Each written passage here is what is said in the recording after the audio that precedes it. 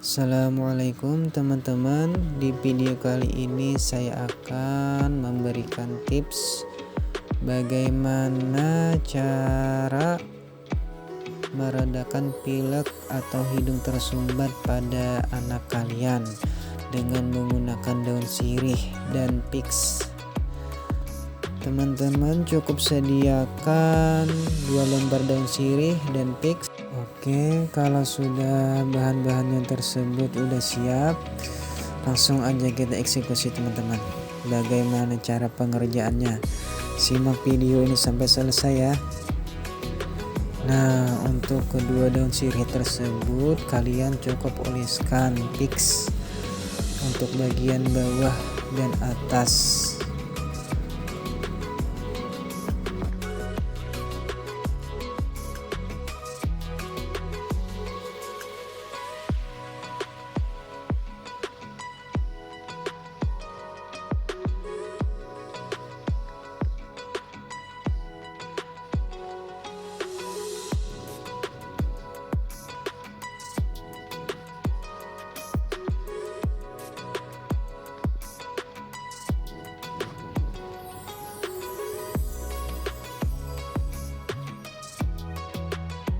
Nah, kalau sudah kalian oleskan menggunakan Vicks, silahkan daun sirihnya dipanaskan sampai agak layu ya teman-teman.